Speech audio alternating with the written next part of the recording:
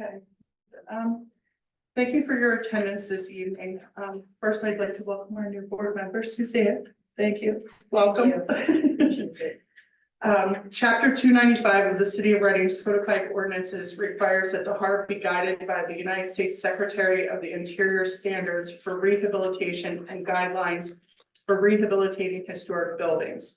Chapter 180, construction codes, and by any policies and or guidelines hereafter adopted by the board or the City of Reading. While meetings of the HARB are generally informal, Robert's Rules of Order are used to structure the proceedings and maintain decorum.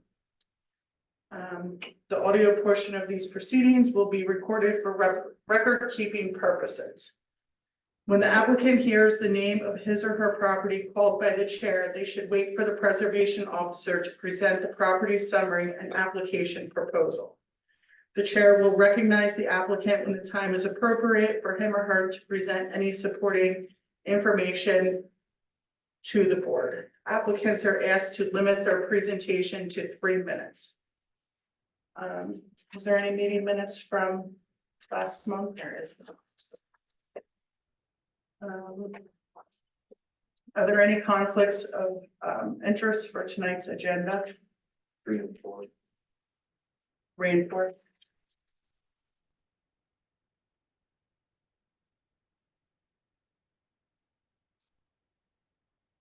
Our first application tonight is 354 Penn Street, Alvernia University. You can sit. If you want to each sign in, well, Ms. Johnson reviews the summary. So this is 354 Penn Street. And the front section of this building was constructed circa 1850 as a hotel, which later became the American House, one of Reading's largest and most popular late 19th and early 20th century hotels. The building features low Greek Revival pediments above the second and third floor windows and a bracketed cornice at the fourth floor, which is more indicative of the Italianate style. The building was restored in the 1980s, at which time the first floor storefront and the cupola were constructed. The building received a composite rating of 78 and is a contributing site in the Callow Hill Historic. And tonight we are reviewing the proposal for the removal of 7 brick chimneys located at the western, northern, eastern, and southern roof lines of the main roof. And the Secretary of the Interior standards that apply to this project are number 2, the historic character of a property shall be retained and preserved. The removal of historic materials or alteration of features and spaces that characterize a property shall be avoided. Number 4, most properties change over time. Those changes that have acquired historic significance in their own right shall be retained and preserved. And number 5, distinctive features, finishes, and construction techniques or examples of craftsmanship that characterize historic properties shall be preserved. And number 6, deteriorated historic features shall be repaired rather than replaced. Where the severity of deterioration requires replacement of a distinctive feature, the new feature shall match the old in design, color, texture, and other visual qualities, and where possible, materials. Replacement of missing features shall be substantiated by documentary, physical, or pictorial evidence. And I should mention too, I'm sorry, this project was tabled by the board in September 2023 until information could be obtained on the historic facade easement that is on the property. Okay. So a little more history on what we had down there. We did a little more investigation on the chimneys. We went inside. They actually have a crawl space inside where you can get in and get below the chimneys.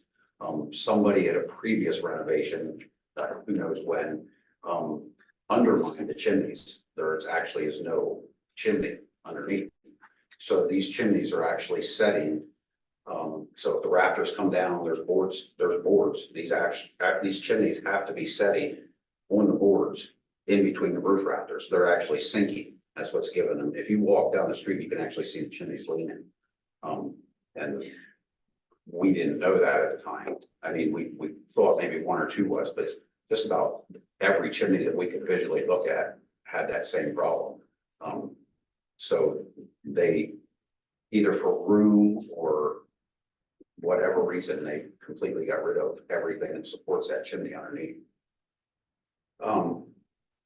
In order to repair them or make them the same, Bernie has told us that they were looking at a phase later on down the road. What was that, March maybe you were talking about? Yeah. Doing this other phase where they were doing the roof. So we were thinking that if we could take these chimneys down, document them, take these chimneys down, and then put some kind of structure in there to hold them. The weight wise isn't probably more than 200 pounds, but it definitely needs something underneath that structure to hold these chimneys again.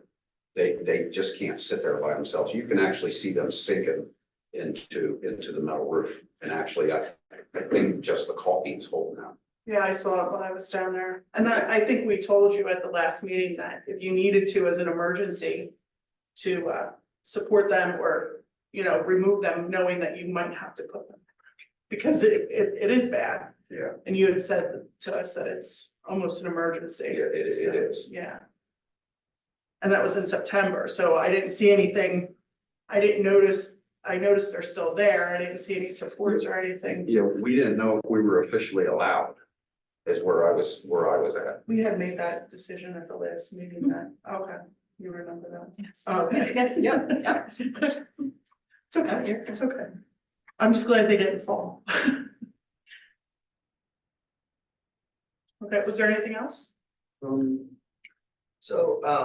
Again, the supports just do not make sense. I mean, these chimneys, as what we're discussing, they're gonna have to be pulled down and deconstructed and reconstructed. There's no way around it. So again, the supporting temporary, just, they need to come down. Again, we plan the renovation on the building, hopefully starting this summer. So again, they would only be down until we get, the new roof done, get the proper support underneath them. And then the reconstructing of them would be built into that project. I think we did have, the Philadelphia committee, they did send an email saying they're okay. Pretty much they laid it out too. Please measure them, please take pictures of them, and then save them, in a proper location, which we will. We plan on taking them back to our warehouse. Again, and get it back up as soon as we can. We're not even sure if they're the original brick. That if there was chimneys up there, we're not even sure that they're original brick. They look to be some sort of a glazed brick, which to me doesn't look correct for the period. So. Well, there might have been some agreement with that outfit out of Philadelphia and the previous owner that they, I'm talking previous, that they had to be put back up and some. We have some pictures. I don't know if Ms. Johnson has them tonight, but we might have shown them to you in September, pretty far back. Yeah. That they were, I I think this is a newer one. I'm just not sure how they could have torn the base of the chimney out and still have the chimney stand. Coming out of the room. Yeah. The top one is the oldest known photograph of that building. We I know. really can't get a look. So there's a crawl space that's roughly this far. The chimneys roughly sit maybe 1.5 feet back from the edge of the roof. And it actually has boards that go down and the chimney sits right there. So it has to be sitting on those boards. But essentially, you're willing to replace the chimneys in kind exactly as they are after the roof. Yeah, It's replaced in we'll kind. document measurements, size, placement, tear them down. When they do the phase of the roofing, we'll get some kind of structure in there that can support the 200 pounds of that chimney without flexing, moving, or falling again. Put them back up. Does this need a board motion if this is just an in-kind replacement? I mean, repair and in-kind replacement with the same materials? It seems to me Yes. like it wouldn't. Essentially not, except for, I think the whole review was tabled at the last meeting. And now they are replacing like the asphalt shingle roof that's on there legally, so Maybe just to have record, it would be Okay. good to have. What are you replacing? What's the replacement material for the asphalt? Standing In kind again, seam. or standing seam? Yeah. Oh, you're doing standing seam. Oh, And again, we're working with architects over Okay. there, and I'm not sure if you received anything yet, but you No. probably will Okay. at some point soon. so That was on the application? That's Was it not part of chimney? this. Just, not yes. part of this. Yes. It's definitely a different It was phase. discussed only- in September. Only. Right, but it's not You're part of right. the, It was, Application. sorry, yes, only the chimneys were Yep, this sorry. part of the Yeah. This application. is just for safety purposes only. and Yeah. Moving forward. when they came in September, We just- they weren't just sure if they wanted to take them down completely Right, or put them back. Now, tonight, they're presenting this and they're going to do an in-kind replacement. So what will be put in place of the chimneys after they're temporarily removed? What's the temporary protection? We're just gonna patch the hole With metal? probably rubber, I would imagine. It's from what we heard, you guys are doing a roof phase. Your next phase is in that roofing part. And we were going to patch it and then When- address, When is the next phase? Hopefully This summer. this summer, yeah. This summer? Okay. so we were. So it'd be a temporary patch between Correct. when you would remove and whenever you would do the roofing over the summer months. Yep, I mean, the goal is to have that building renovated by August of 25. So, We usually give 180 days, right? 6 months. And you can always, if it's longer than that, you can always come back, talk to Ms. Johnson and say, you know, we need an extension. Right? yeah, I'm sorry. No, it's all right. Yes. So you think we need a motion because we reviewed this previously? Yeah. And table the Yeah. application at the time? Yeah, and I don't think in September they were as far along with their progress either, that we knew that there was another phase and when that deadline was either, so. I can't see patching, costing them extra money, patching something in kind when it's just gonna get torn up anyhow. So the brick is coming out, counter flashing is coming out, flashing is coming out, crickets are being. I don't think they have to remove the crickets. So, Yeah, there's a cricket like at the back of the chimney. Yeah, I don't think that has to be removed to temporarily patch it. I actually think that will help divert water away from the patch, Okay. from what I've seen anyhow. So then your patch has to marry up with the cricket, but also the flat part of the roof, Right. so it's some kind of multifaceted plane Correct. of material Correct. covered in EPDM. yeah, or peel and stick, flashing.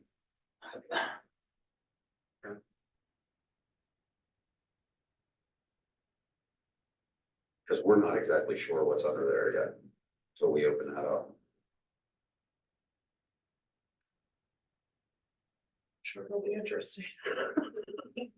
Do you take pictures as you go along? Yeah, as we go along, yes, we will. We'll document everything, yeah. I mean, she would like something. Yeah, meaning I would like to see the picture, but I'm curious as to what's underneath there. Think we're ready to You come down, we'll put you in a harness and. I'm willing to do But I'll take pictures of that. She'll be down on the side. Yes, Mike, I think. Okay. Unless there's- I'll make a motion. I make a motion that we approve the temporary removal of the chimneys on the property at 354, am I correct, Penn Street. And I do say temporary removal, and that the bricks be taken down and stored to be replaced upon the installation of the new roof. Does that make sense?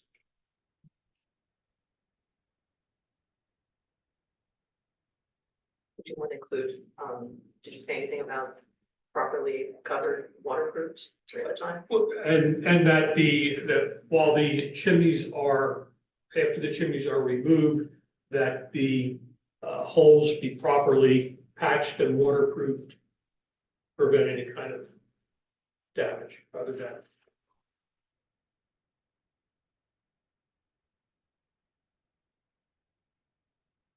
Someone want to second that? I'll second.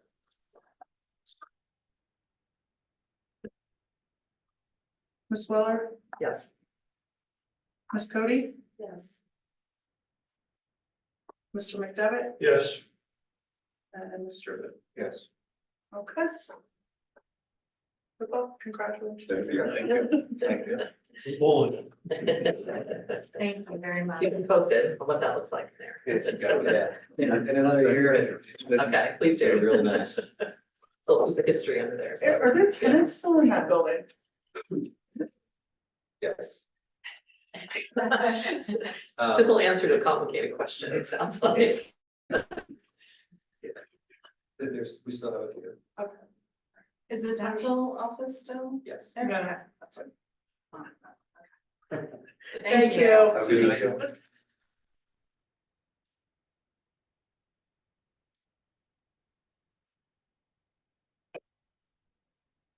All right, you must be 241 South.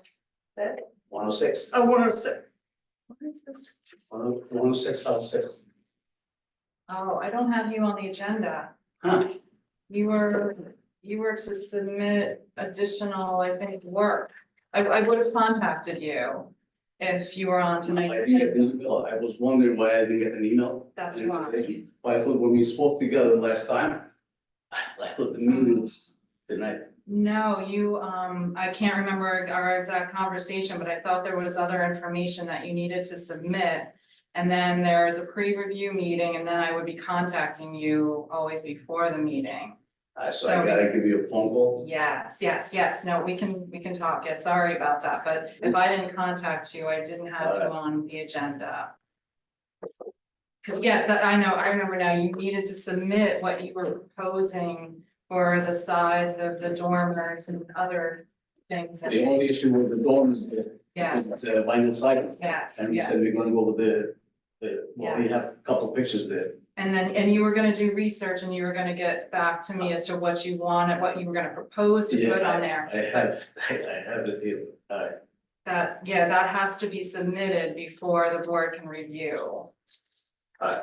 But I can call you and we can discuss it. Sorry about the It misunderstanding. is a long ride too, but my bad too. Alright, have a good night. Thank you. Thank you. Good night.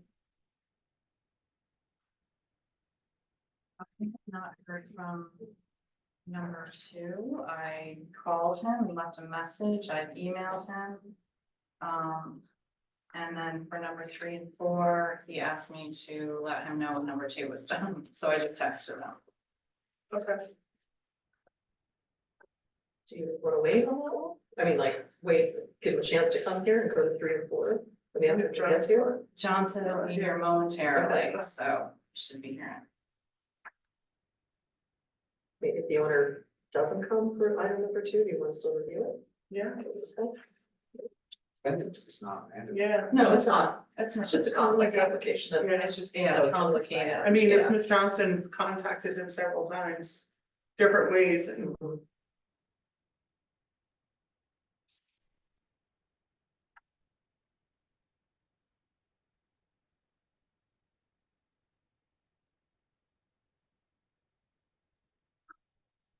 Check my email in the last half hour before the meeting, but one of the things that I gave you was the minutes from our executive meeting. Yes. So you can always reference that if to see what the executive committee recommendations were. I didn't know if you knew that. Yeah, was I there took a or look at it not. before Okay, the okay. meeting, yeah, Alright. thank you. though. You're welcome. Yes, informative for sure. Okay.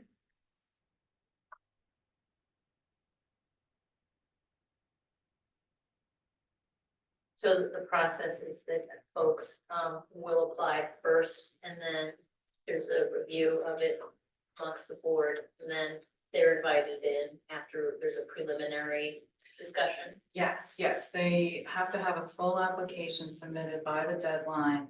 And then the executive committee, which is essentially the vice chair and chair and myself right now, preliminarily review everything. And that was fully explained to him, you can trust. His issue is violation, but he said he was willing to work with the board, but yes, it has to go through that process before. And I tell people over and over again that they will be contacted and informed about the meeting. But he submitted an application, but it wasn't complete, so. But yes, that's the general process. Because then we can. These notes are the result of the executive meeting, yeah, just to give some guidance to the board, Yes, right. and the applicant, so then those Right, and the notes applicants, are, I provide them to the applicant so that they're aware of what could possibly be discussed, but I tell them, inform them that it doesn't mean that other issues or, discussions will take place on the meeting, it's just a guide that will most likely be, things that most likely will be discussed. Thank you. Sure. And I'm sorry, I've been wanting to call you before the meeting and make sure, or ask you if you had any questions or anything preliminarily. No, not at this time. I thought that maybe I would attend the first meeting and absorb things first and then circle back, and then you gave me a lot of reading material. Yes, I did. I'm so disappointed. Calm down, I got already. It was a lot. Yeah, so I enjoy listening to the projects in progress, that sort of stuff. And being a part of it's pretty Yeah. cool process. Yeah, too, it is, yeah. It's interesting, I was at a networking meeting at lunchtime today, and I mentioned something about preserving the architectural legacy, it's something that I am passionate about, and everybody came up to me, and they were very, strongly, focused on that idea. Oh, really? Yes, we had so much, Good. I took a lot of pictures recently, like, wow, this is getting a lot of reaction, so, So the public opinion is that we have a lot to maintain. Yeah. Preserve, which is nice. Yeah, we've lost a lot, but there's still a lot intact. Yeah. Yeah. Yeah, for sure. It's interesting, because when I talk to people, I'm talking about the homogenization of the landscape, how, people want to live in places that have character, original details, it seems to resonate personally, Yeah. which is great. And we do, we have a wealth of architecture from different centuries and a lot of styles. Yeah.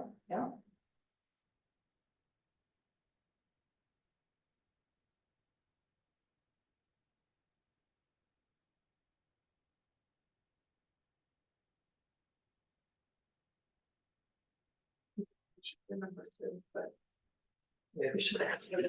Start. Yeah.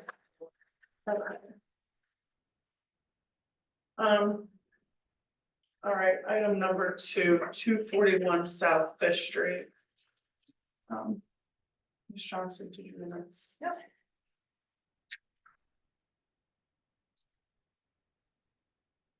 This three-story building features a brick facade and original wood windows on the first and second floor front facade.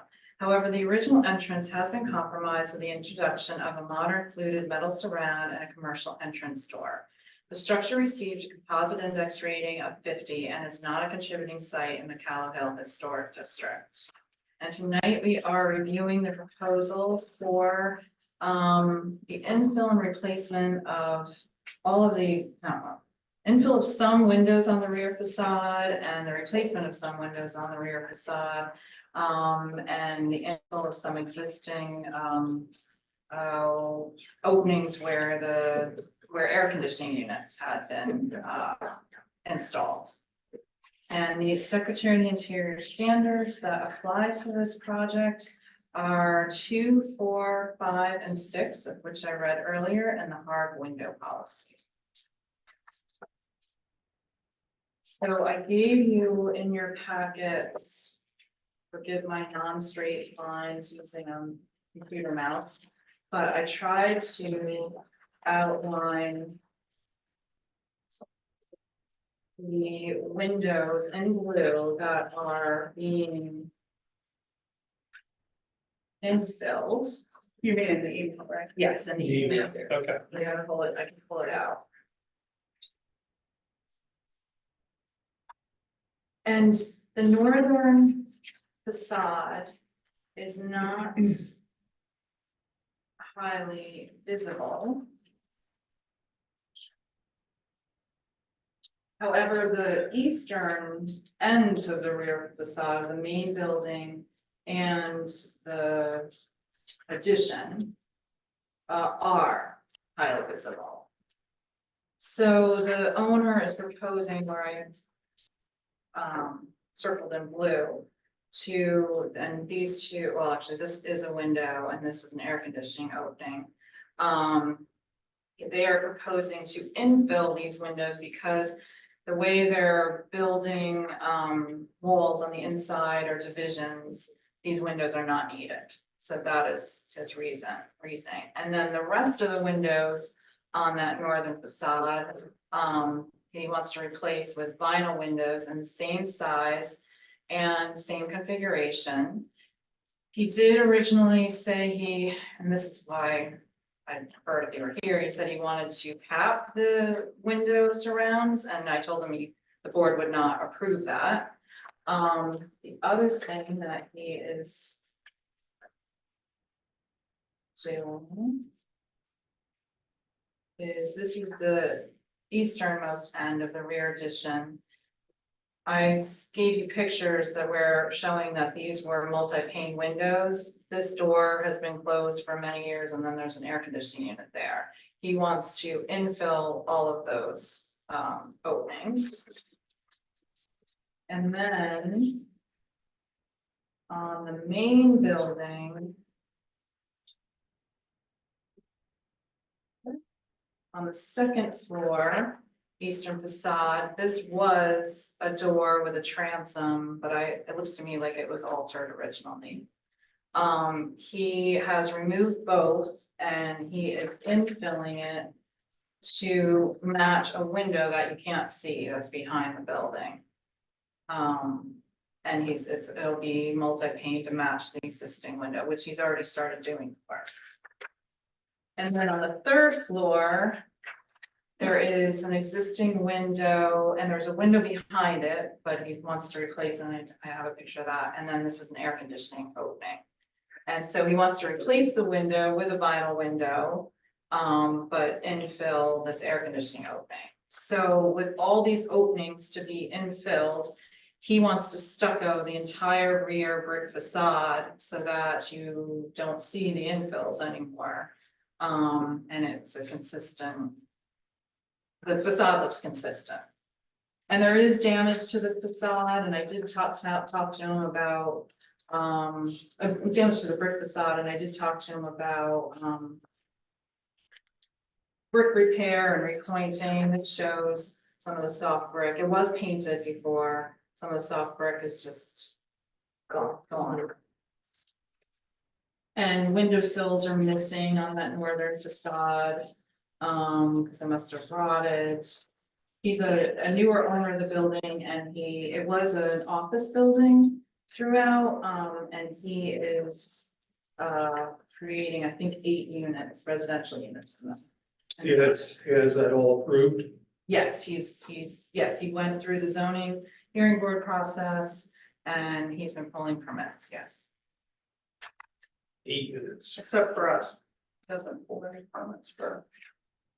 Right, Permits. yes. That's quite a few residential units to be closing up that many windows. Each bedroom requires an emergency escape and rescue opening, That's exactly and what all I'm the units need means of egress. Right, and I don't know what the program is on the inside, where he's closing them. I know one of them is part of a bathroom. But yeah, I don't know what rooms he's closing off. But he has all the previous, he has all the approvals to He's, convert the building to. apartment? yes, yeah, we got approval from the zoning here. I would have no exception to closing up the air conditioning. But, yes, but otherwise, I don't see how this would be in alignment with window policy. It's not at all, yeah, no. This, where this is forwarded over, this is what it looks like on this.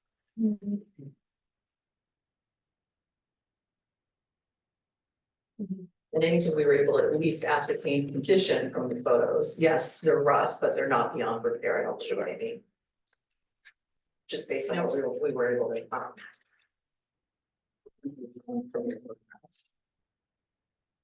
That's very clear in the policy that they should be restored. Were the photos that were circulated to the board taken from the alley? Yes, one of the first ones. There is an opening, there's a garage. This one. So this is me standing, it's actually Pearl Street, and I'm standing at Pearl Street, and there's a garage right next to it, and you can see that northern facade isn't. And I'm standing pretty close to the garage. But you can see the ends, the eastern ends. Is this close, this has to be close to where we just did a review on a property down there. The garage that was demolished, Garage was still. that was Yeah, at 245. okay. South this street, yeah. It's good memory. Yes, These have to be like efficiency apartment units. It's pretty big inside. it is pretty. It big. is really actually pretty big inside. I was shocked. If you Google the address, it shows you like some of the bathrooms in there, their walls are curved. It hasn't been updated since, oh god, maybe the 50s, 60s. Yeah. Yeah. But it is a huge property. Okay. I just don't picture it as being that big that you could fit eight comfortable units I in know. there. Yeah, and it's wide too. But I mean, if he Yeah, it is got his better. approval, he got his approvals. Yeah, where the bathrooms.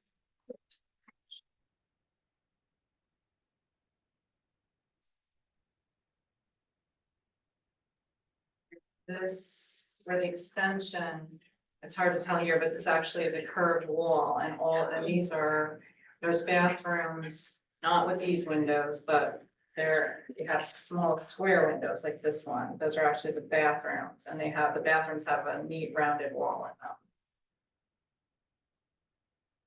But he's altering that too. Not from the outside. There gonna be fire escapes and access to the fire escapes? I asked that question and he didn't respond to my email, so. Didn't you just say that, Mr. Booth? There is no more fire escapes. They have to have access from the window, They're correct? not permitted for new construction. If they're existing, Oh, they can be retained.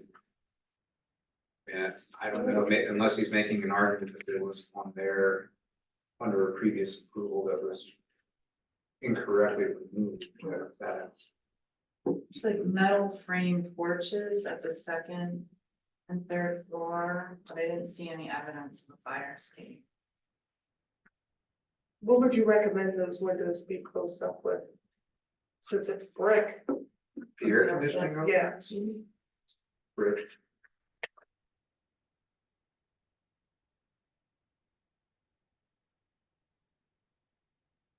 Yeah, I think if he would, any window or air conditioning opening that would be done, I think should be closed with brick. I don't really think that stucco should be allowed. I think should be bricked, and then if you have to paint it, then paint it. Yeah, we're gonna have to make some kind of motion with that, because you see that back is coated with something, but it's a lot of brick too. Yeah, it almost looks like it was a porch at one time. Right.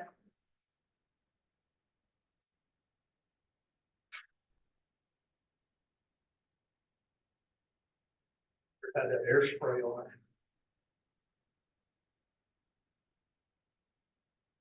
It's hard to tell. This almost looks like it would have been like a loading dock door of some sort. It was a multi-pane window. Yeah, There were offices like in the, I think in both the second and third floor, there was neat like old 1950s vertical panel, like wood paneling in it. mhm, Well, there's definitely evidence of parking at the base, where there's Right. an exterior plaster water table that comes up past the sill about 2 or 3 courses Yep. of brick Yep. on that lower opening. You're talking about that? Yeah, Yeah, the big opening, yeah, yeah. it was a large window recently.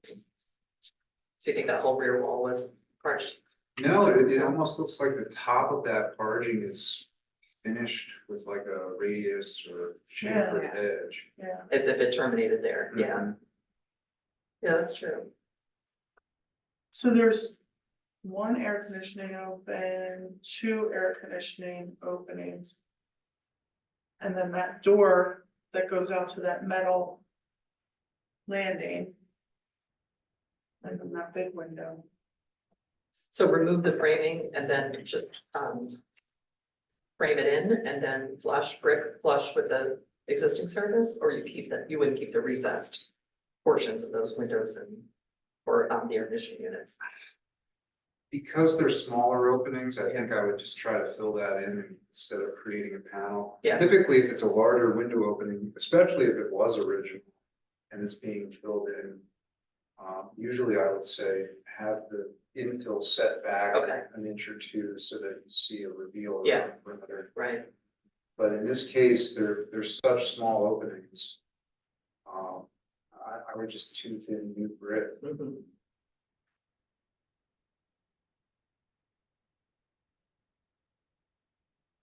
The only question in my mind is, was that brick painted?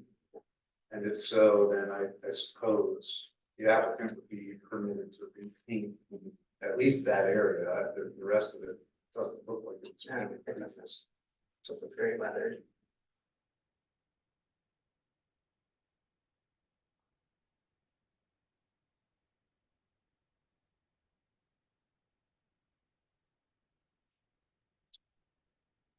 Are there any historical photos that would show the finish of the brick?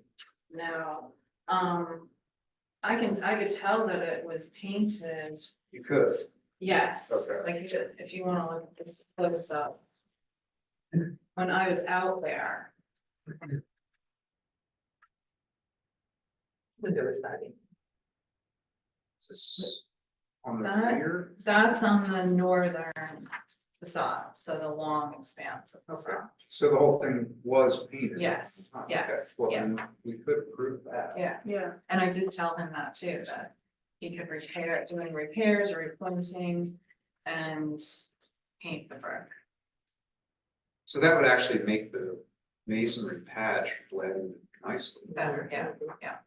There is some repointing that needs to take Yeah, place. I think that's important because painting, I think folks just paint it to make it look good, but they don't actually fix the real problem. so this is the air conditioner. That's an air conditioner, correct? Yeah. But these 3 are different, and that's different, Yeah. so it's just the 2 air conditioning. On the south side, Eastern. oh, east, I'm sorry. Yes, the 2 air conditioning units and the one on the main building too. But you can't see in the picture.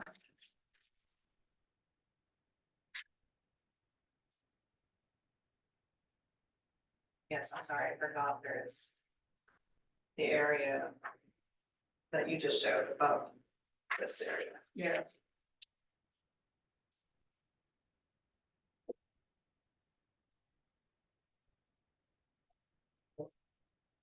That was an air conditioning unit, and then that's the window he wants to. Yeah. Replace.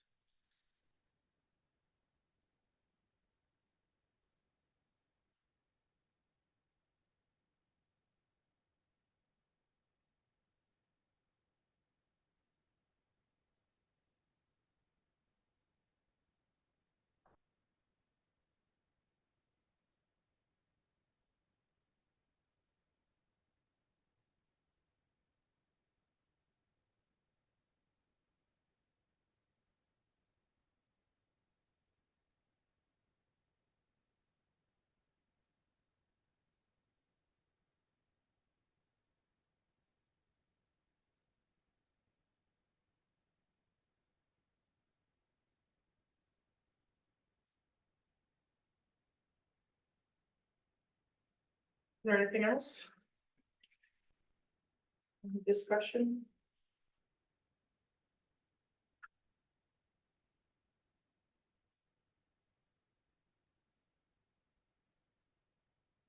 So we want to make a motion?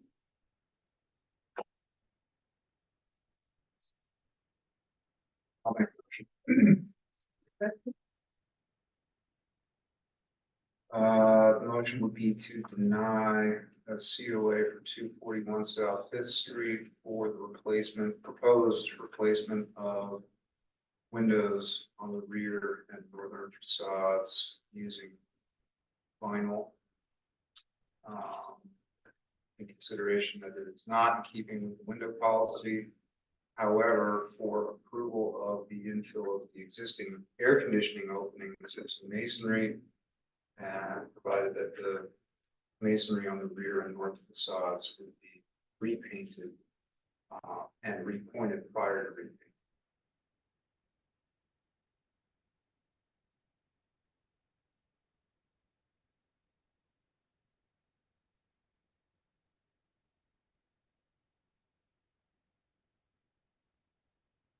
So the infill of only the air conditioning units, not even, these are not to be built, okay.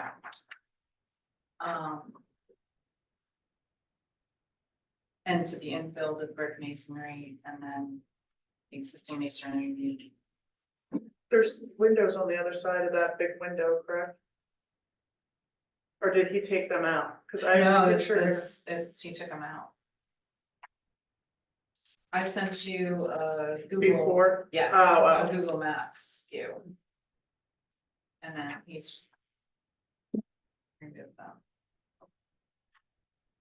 He's done work that he shouldn't have done. Right. Essentially. Well, some of the windows, I've looked at the multi-list photos from when he bought it.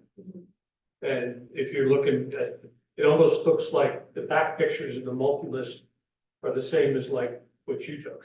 Okay, yeah. There's no change. Of course, Okay. that was back in April of 23, so. Okay, yeah, and when he started working and I saw him initially doing work, I think it was like June or July, so yeah, that's when I took some of the pictures. Yeah, the front looks like it's the same, and actually, the back, as far as what windows are boarded up and stuff, from when the property was listed, they're still the same. Mr. Booth, in your motion, you talked about was it the 2 air conditioning? I don't think I stipulated the quantity. Okay. It's Oh. any air conditioning unit Okay, that's identified in the application. There are 3. yeah, I think there's 3. I counted 3, I didn't, There are 3. okay, does someone want to second that? I'll second it.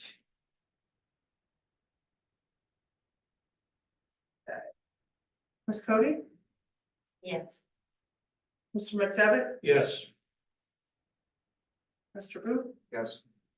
Ms. Welley? Yes. If he wants to submit a proposal for an alternate window material, though, that is other than vinyl, he can do that. If it's in alignment with our With the- policy. yeah. So obviously, in that case, it would have to include submittal information that shows that it matches the proportions and the dimensions of the original windows. And the materials, it's either aluminum flat or the composite wood. Okay. He did submit that information, it was too much, because too many windows to send you, but it was all for vinyl windows. Like the sketch that shows them, Yeah. dimensions it all- existing yep, and new, yes, for each window opening. yeah, Wow, and they were matching. yeah, but I question it. Matching Yeah. Yeah, Well, the other thing that would be needed is we have a head jam and sill detail he did from the provide, manufacturer, but there are no dimensions on it. yes. So there's no way to verify that those dimensions actually check out. Yes, I did notice that there were no dimensions.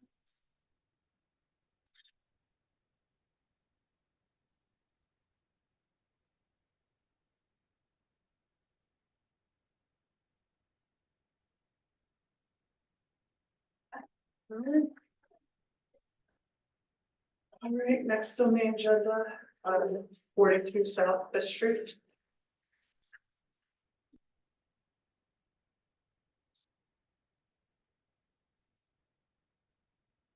The historical integrity of this colonial revival structure has remained substantially intact and features a brick facade with a simple cornice and a broken pediment door surround with multi-pane side lights on either side of the entrance door. The structure received a composite index rating of 66 and is a contributing site in the Callow Hill Historic District. And tonight we are reviewing the proposal for the request to repair existing masonry at the northern, western, and southern facades. The infill of masonry at former window knee walls at the southern facade. The rebuilding of the foundation masonry is necessary at the rear, western, and southern facades. Removal of air conditioning units and the repair of existing stucco at the southern facade of the main front building. And the stuccoing of the rear, southern, and western facades. And the Secretary of the Interior standards that apply to this project are standards 2, 5, and 6, of which I read earlier. Welcome. I feel like I've been here before. Apparently I have a following on BCTV, so this is, as close as I get to watching stuff, but whatever the, you know, I'm sure the numbers are not terribly high, so. Yeah, you know, there's not much more to say other than, post demolition of the existing 1950s, 60s structure on the rear portion of this building. The reveal underneath, if you will, is that the masonry is in pretty rough condition. When we come into a project and look at whether or not it's restorable or not, I mean, don't get me wrong, with enough time and money, anything is restorable, sure. But a realistic restoration is there a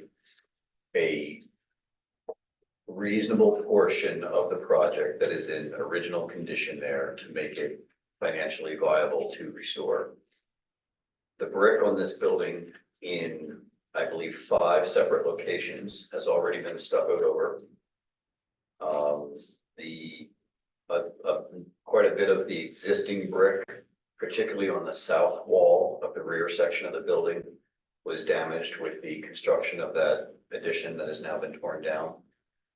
And there have been both at the ground level, upper basement level, as well as throughout the first and second floor, there have been penetrations that have been made for various ductwork, pipes, things of that nature, where they simply blew out the brick, sometimes stuccoed back over, sometimes did not. It's a real mishmash of things.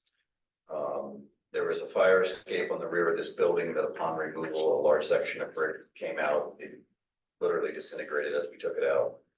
And then we do have a stack of bricks there that we salvaged both from the chimney takedown that was approved as well as from, you know, miscellaneous demo. But overall, the percentage of restorable brick is relatively small on the back of this. And there's not one particular wall, with the exception of the north wall, and of course the face of the building, the east wall, that we're proposing leaving as the original brick. I will say that the east wall, the front of the building, now that the interior has been demoed back as well, reveals that there were quite a few changes to the window openings that are only visible from the interior. So there have been quite a few modifications over the years to the structure. North wall, 98% in restorable condition. And so we're simply looking at pointing and replacing a couple of eroded bricks on the north wall. But of course, that's the least visible wall. That faces essentially just the breezeway between the two buildings. It's an open breezeway all the way to the top of the second story, but it's the breezeway between its neighboring building and itself. The south front wall portion is already stuccoed top to bottom.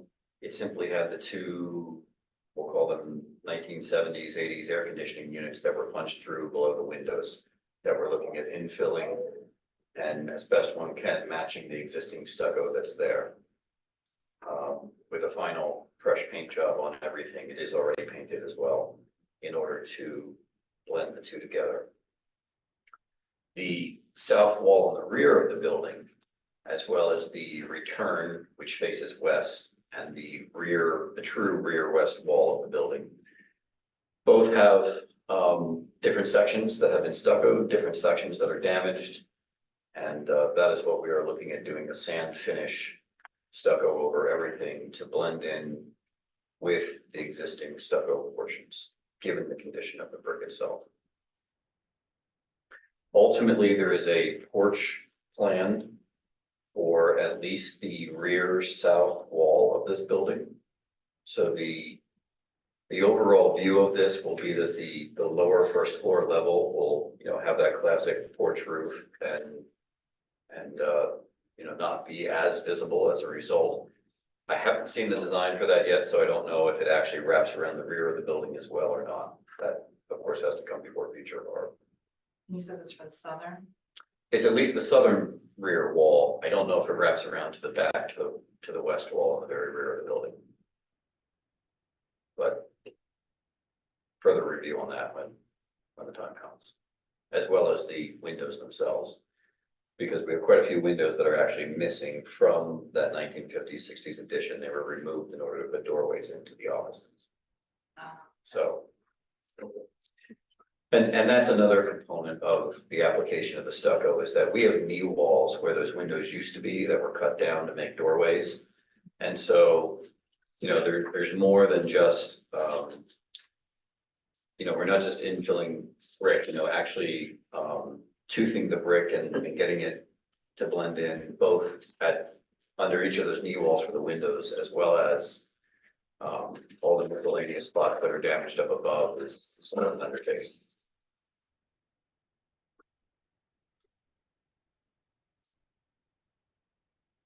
So the proposal is simply infilling any openings in the masonry structure, block and brick as applicable based on size, application of metal lath, and then sand finish stucco, ultimately painted so as to blend the old and the new together. With, I might add, a masonry paint so that it is in fact breathable. How you gonna fill those? Yeah, so in that application, brick, but if we're not toothing in to get a finished product, we're Just gonna lay it, we're just putting it in, we're not necessarily, filling holes. we're just filling holes. Certainly, more appropriate than just jamming the pocket full of mortar. Actually putting a CMU unit in there that is solid in that application, even if it were to be a vertical unit. Again, the stucco application going over top, and in the wall itself, given that the mortar is soft, because it is a pre-1900s building, probably lime mortar, we're planning on using lime mortar for the infill in the existing wall, where we'd have pockets like those old rafter pockets. But where there's the knee walls under the windows, where it's essentially going to be an independent masonry structure within the existing wall, they're standard type and mortar. Application of Portland cement based stucco over top, but with the sand finish so that it is smooth.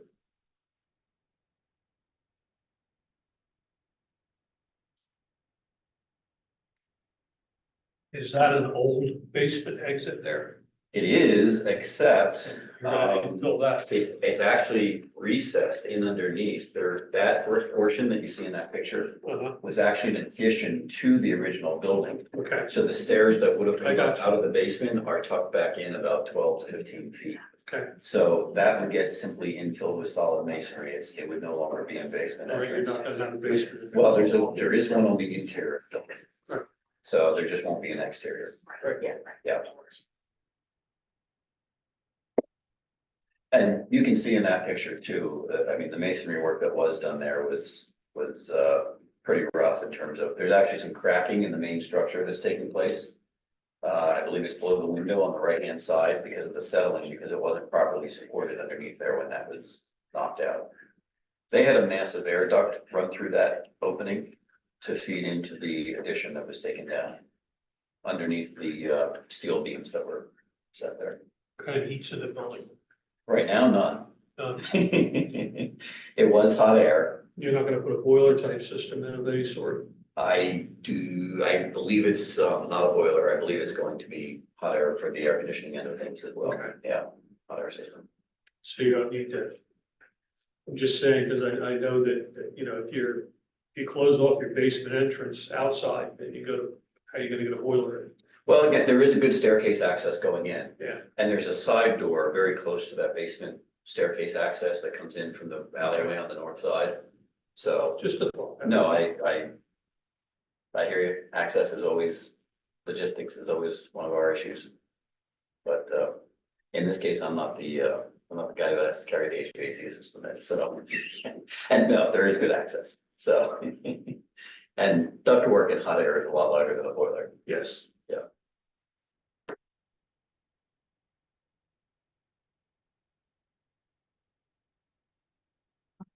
Was there any further evidence of stucco application? I could ask the applicant this as well, outside of kind of what we're seeing here.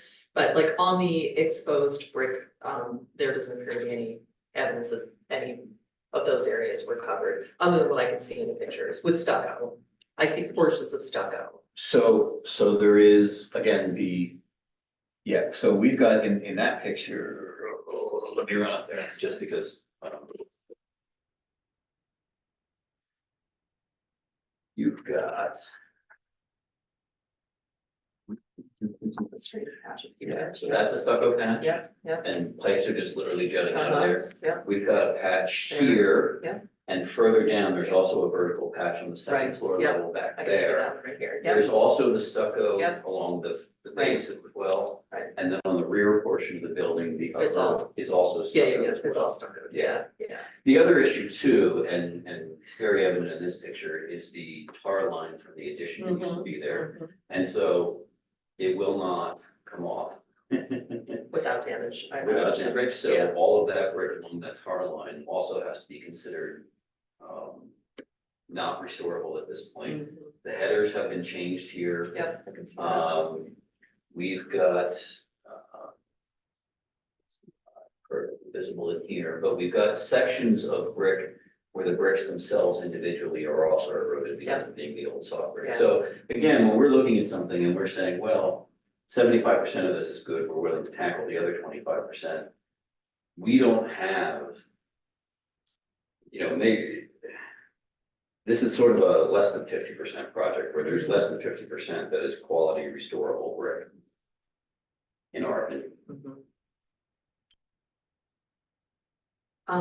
Amy, were you able to do any research on previous applications with stucco? Stucco application, okay. I mean, I know typically it's like a building is taken down and it needs to be stuccoed or purged, so that's, yeah. Right. And that we have. an argument could be made that, yeah, there was a later addition that had been removed recently and, but it's kind of different circumstances. I'm a little conflicted because we typically would not, approve a stucco application here, but sensitive to the fact that there's a tremendous amount of damage in the back and, like you said, anything is restorable with lots of time and money.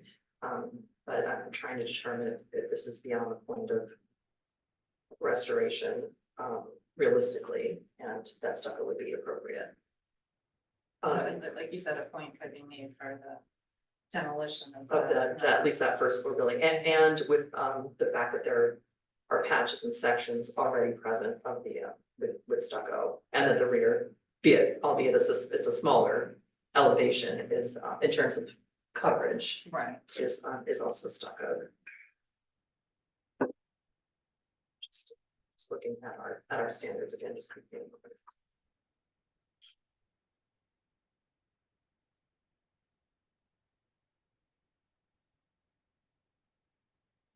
I will say too that our our demolition crew, we used equipment on the very rear of the building where it wasn't touching the existing structure. But everything up against the existing structure was done by hand in terms of demolition, so the damage that is there was not caused by equipment. It wasn't caused by the demolition per se. It's what was done to build the new addition, the holes that they punched, the openings that they made. Yeah. And it's just what is residual. Yeah. So the crew did a good job in dismantling very carefully. On the inside of the addition, that would be up against this wall, what was it like on the inside, like framed out? It was furring stripped out with, it was actually plastered, not even drywall, over top of there was like a faux board with a little bit of wire lath around the edges of the corners, and then it was actually plastered over top of. It was sort of like that transition time period between plastering and drywall, where they were trying to figure out exactly what to do. So it wasn't plaster on the brick, and it wasn't modern drywall either. It was some combination thereof from the 50s, 60s. Yeah, there's no evidence. So as a result, it came off the brick very nicely, That's why I was wondering, yeah, but because you don't. see still any what's left evidence. behind Yeah. is just not of high quality.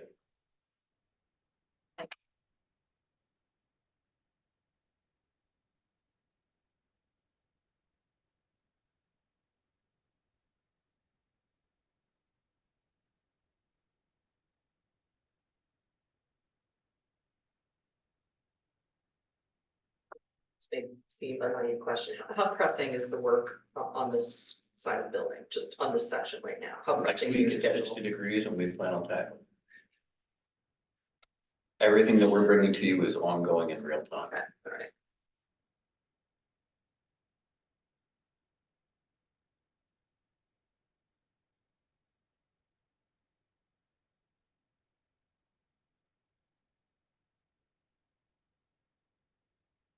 And this is a small enough area that we are able to tarp and supply supplemental temporary heat. And so this is exactly the type of work we're looking to pursue at this time of the year. Things that are at a higher elevation above 2 stories and not as tucked in as much as this is are more problematic.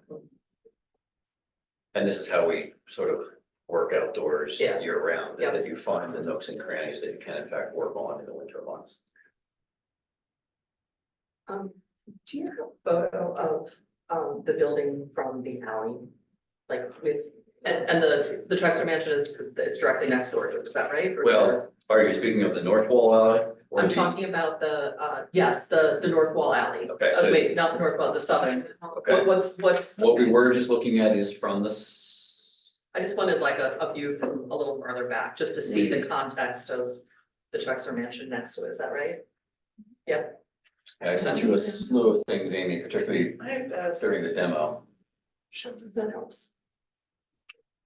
Is that I'm standing in the, yeah, it's on my ear now, yeah, that's okay. parking lot, it's not all the way back. It shows I some, see. that's, Okay.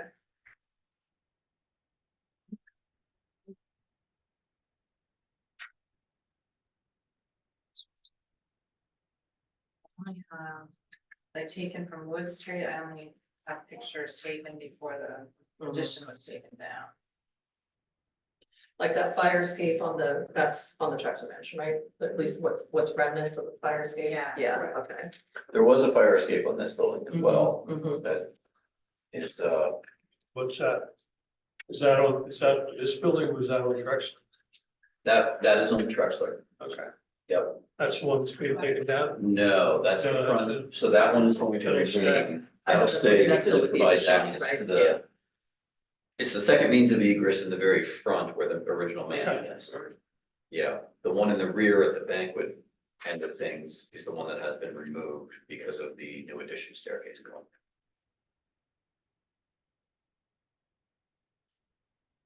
So if we were to approve the application, the repair and then the application of stucco, I presume that you're retaining the existing wood window frames and you would be basically installing new sash? Yes, is Correct, that right? and the final Right, what are yes. the new windows, of course, still need to Right, come before yeah. you. Okay, all Yeah, right. it's, Okay. this project in particular, I mean, I will say, unlike, many developers, Mr. Schuman prefers to kind of get a base plan that's 75% ready to go, and then let the last 25% develop as the project goes on. Mhm. This project in particular is maybe even more fluid as it goes, because we weren't sure what we were gonna find behind that demolition. Mhm. And so, no, we do not have windows chosen. I'd like to just install vinyls and then ask for approval later. No, I'm just joking. It's, You are joking. Isn't he funny? We'll just paint them so you don't know. Yeah, single pane, right? No 6 over whatever. And interestingly, on that note, so to answer your question, I mean, it'll come before you again. Yeah. The existing frames that are there right now are gonna stay in place the way they Okay. are. Obviously, there's some that are missing. Yeah. But an interesting little note on the very rear of the building, when we took off what was the interior plaster drywall wall, the original window is still there and the shutters were closed on it and it was all still intact, just right behind they just closed it up and then covered it over. So Okay. we have that present on that rear window, Oh, okay. so. But again, even that section of the building is actually an addition to the original building. Right. So Yes, that, right, it's addition, It is a after mashup addition, back after there. addition, Yeah, after yeah. modification, Yeah. after, you know. which happens. It's what happens after, Yeah. whatever, 75, Right. 200 years, Right, so. yeah. And then just remind me, on the elevation that, on the Trexler Mansion elevation that faces the southern facade, you're removing paint off it, just remind me what the scope was Correct. last time, okay. Correct. Okay, So on the Trexler side of things, the intent is to restore that wall back to original red brick. Mhm.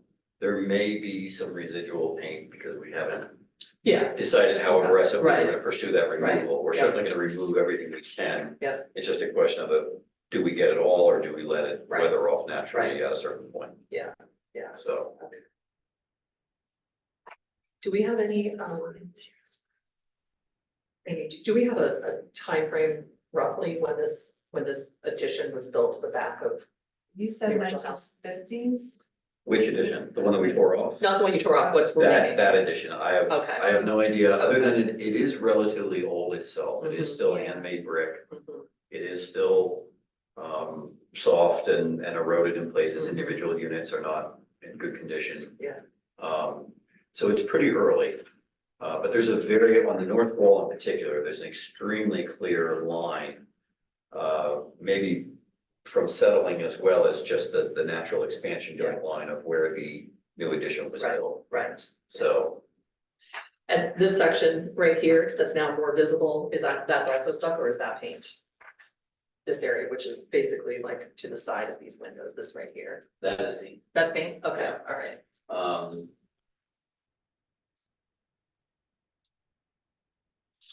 Yeah, and we had not considered that for stucco, so let's leave it at that. Okay, all right, yep, I wasn't sure what material that was, Yep. okay, And I'm looking at this too over here.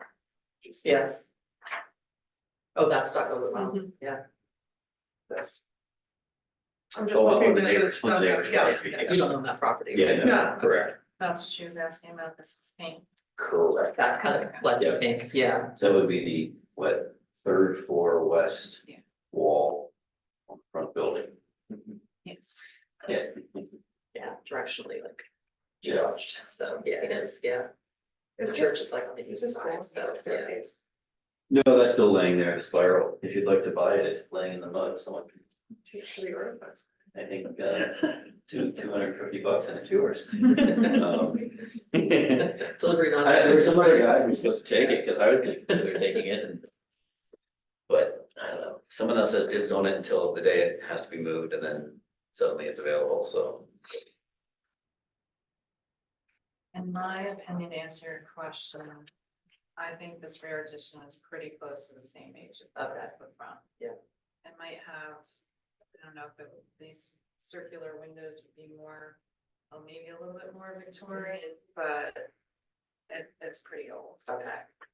Whereas like the style of the house is a That'll. Yeah. Yeah. And that rear addition does cover up what was the exterior basement stairs. Oh. They're Yeah, now, you they're can now see. buried underneath there. There's Okay. still an opening, but they're buried under such that you can't really access them. So I'm pretty sure it was. And did you submit a color for the stucco? we did not because again, final application is gonna be paint. Mhm. And Oh, so- okay. And Oh, so you're again, painting on we'll the stucco, we'll run that okay. through when I don't have this color scheme for anything on this building Okay. at this point. Okay. So You know. real time. Whenever I think of stucco, Aaron, Uh-huh. I always think of the texture. I only look at this back here And it's smooth. and I like. Yeah, oh, yeah, no, I You think know, you're specifying smooth And finish, but paint on the stucco, is that what you're saying? Correct. And again, we have That wasn't clear. what is the name, Brad? I'm trying to think. We used it on the Keystone Building over at, on Third Street, just before the railroad tracks on the left-hand side. If you look up at the top, it says Keystone Wholesale Grocery, which is what it originally was. It was the building is a weird shape because there used to be railroad spur lines that went into it when your groceries came by rail. And then that was the major distribution facility that went to all the local grocery stores in the city. When we restored the masonry on the front of that building, the cast sign, it's just cast concrete, was just original color concrete, and so you could barely even read what it said. And then we used a black and white masonry paint that's breathable Mhm. in order to highlight the lettering inside of that cast Okay. detail, and it really just pops now beautifully. We only believe in, that just sort of my own philosophy is, I hate every stucco out there except for smooth, finished, Mhm. old looking Yeah, sponge finished stucco, you know, Yeah. sand finished. So every time there's a tear down and some guy's out there with his trowel leaving big lumps of Yeah. stucco, it drives me crazy, so.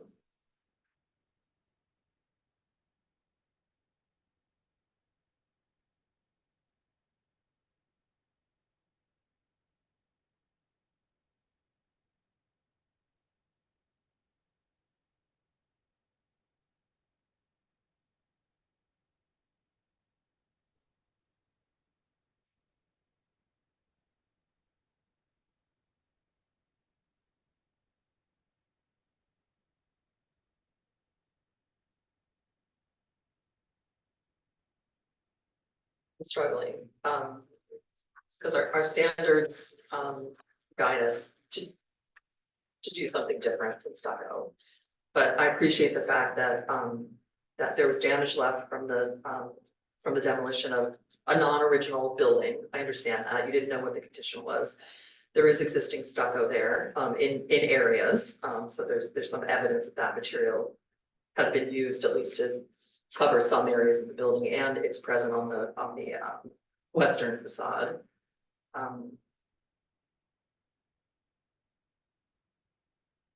But And I I'm will say, struggling with, I will say this, the stucco that is on the rear sections of the building, maybe not the front south wall, but the rear portions, the multiple different areas of stucco, it is a very aged stucco. It is not a recent addition. Mhm. Front's a little harder to tell because it's been painted over. Yeah. But it's got some tenure of its own. And do you think even with the application of stucco, you can still retain some dimension relief that the window sills provide? I'm not concerned, it's just gonna be like one plane, I don't know how thick the stucco has to be. No, I mean, you always lose something with any Yeah, application of any layer, that's a Right. given. Right, But we're pretty sensitive to the fact of, you know, not trying to bury yeah, elements within Right. there or to feather the edges uh-huh, such that, you know, the stucco itself is perhaps a little thinner along Right. those wooden edge lines. right. Would the windows that you're planning for the first floor, and are they essentially going to, like, the framing and everything look like on the second floor? I would presume, but again, we don't, it's not visible in that picture, but on what would be the left side, if you're looking at that picture, there is also an original window on that south rear wall, left side. And so we were simply going to make the masonry openings the exact same size as there you go. The masonry opening is for that original window.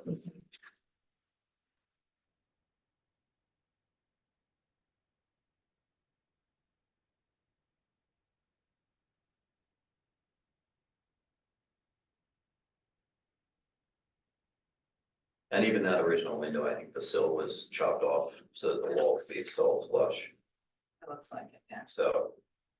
I mean, there's Yeah. various degrees of replacement that are gonna need to take place. Still has the shutter hangers or hardware on it though.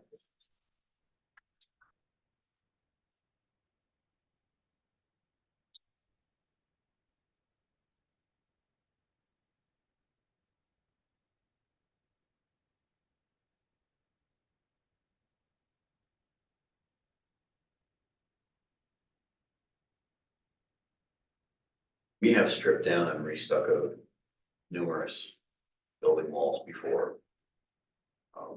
This isn't our first rodeo. The elevator, at First Trust, which is a two-story building, one, small structure on top of the main roof building itself. We stripped all the way down to the terracotta block and re-lapped it and restuccoed it so as to blend it together. We went up there and we would kick it and whole sections would fall off when we first went on the job. Yeah. So, I don't doubt at all your workmanship or quality or longevity of the work you do, but we do need to move this along, so. I will, make a motion, for 42 South Fifth Street, for the, repair of existing masonry at the northern, western, southern facades, basically infill of masonry at the knee walls, to, I suppose retain or return back to the original size window openings.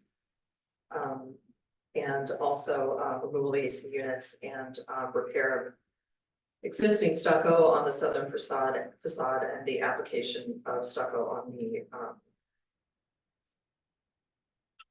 western and southern facades. In a smooth finish as proposed and then painted, with an appropriate stucco paint. And that color should be, reviewed, with Amy as well. See, and that is due, and let me at least make sure that the motion states that is due to the poor condition and deterioration of the wall, certainly more exposed after the demolition of that first floor, later addition, and the fact that there is evidence of existing stucco in areas of the building. I think that provides enough precedence for us to approve the application of stucco on those walls. Did I get it? Yes. Okay. Yeah, that was excellent. That's my motion. All right, does someone want to second that? I'll second it.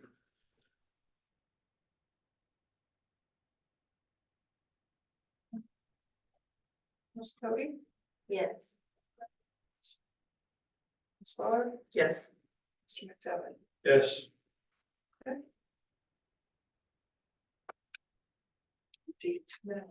What's that? Can we take it to? Sure, yes. Sorry. Good boss. You're fine. Do it.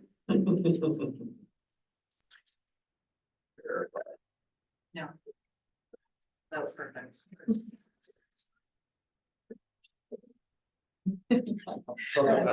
Based on openings that were there and were covered up.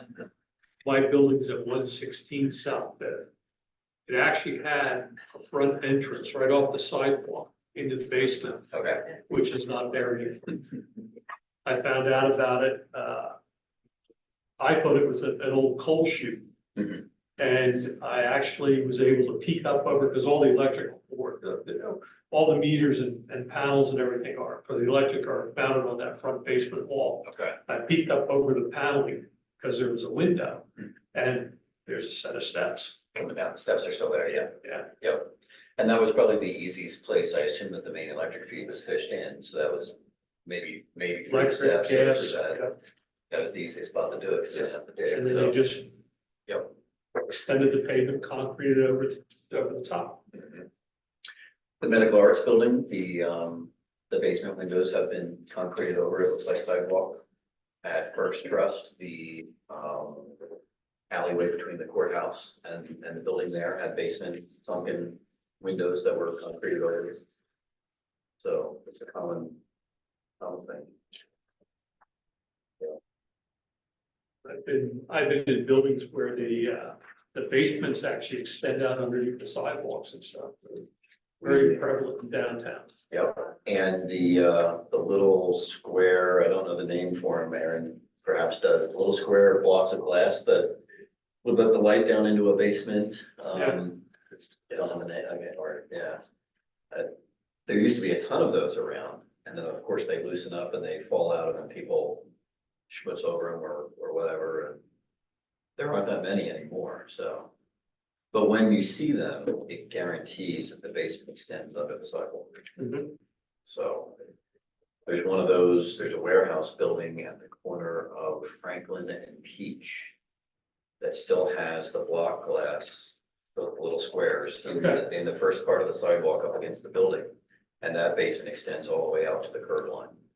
In fact, there was a recent telephone pole put in there and I thought, well, do they know there's no space underneath there? They drill and it just keeps going. So there's apparently about a 12 or 18-inch swath between the curb itself and the basement wall. And they got lucky and hit that spot to put their pole in. So. And those block glass apparently were clear when whatever the type of glass is, they were clear when they were installed and they turn this very deep purple color over time. Okay. I've only ever known them as purple because I've only ever seen them 50, 75 years after they've been installed. Something like a green color or something. Oh, really? Okay. I I only think we're aware. remember the purples, but yeah. The building on the corner of Fifth and Walnut also has, it kind of has a railing on the street side that behind that railing, it's all that block glass in the sidewalk itself. There used to be a restaurant in the basement. So Where the old Maury's restaurant was. I don't know the name, It's but involved, they had the fire.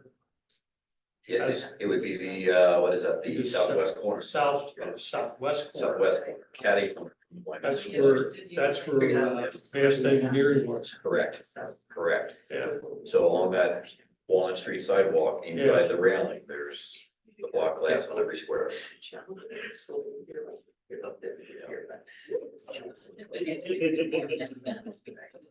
Lack of section.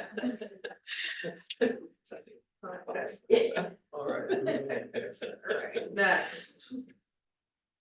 All right, we have 46 South Fifth Street. This structure was built in 1869 as the residence of Horatio Trexler, a local industrialist. The building was purchased by the Elks Lodge of Reading in 1904, and an addition was built in 1909, expanding the mansion to the west of the original building. Constructed in the Second Empire style, the structure's historical integrity remains substantially intact and features a brick facade with stone coins and belt courses, a concave mansard roof, iron cresting along the building's third floor roof line, which has actually been removed but will be reinstalled. A wood bracketed cornice and archwood windows with keystone window hoods. The main entrance to the building along the southern facade retains original hardware from the time of the Elks ownership. The structure received a site quality rating of 114 and is an outstanding contributing site in the Callowville Historic District. And tonight we are reviewing the proposal for the construction of an addition on the western facade of the rear Elks Club addition. And the Secretary of the Interior guidelines that apply to this project are number 2 and 5, of which I read earlier, and number 9. New additions, exterior alterations, or related new construction shall not destroy historic materials that characterize the property. The new work shall be differentiated from the old and shall be compatible with the massing, size, scale, and architectural features to protect the historic integrity of the property and its environment. And number 10, new additions and adjacent or related new construction shall be undertaken in such a manner that if removed in the future, the essential form and integrity of the historic property and its environment would be unimpaired. And this property was reviewed at the January 2024 HARB meeting, at which time the review was tabled.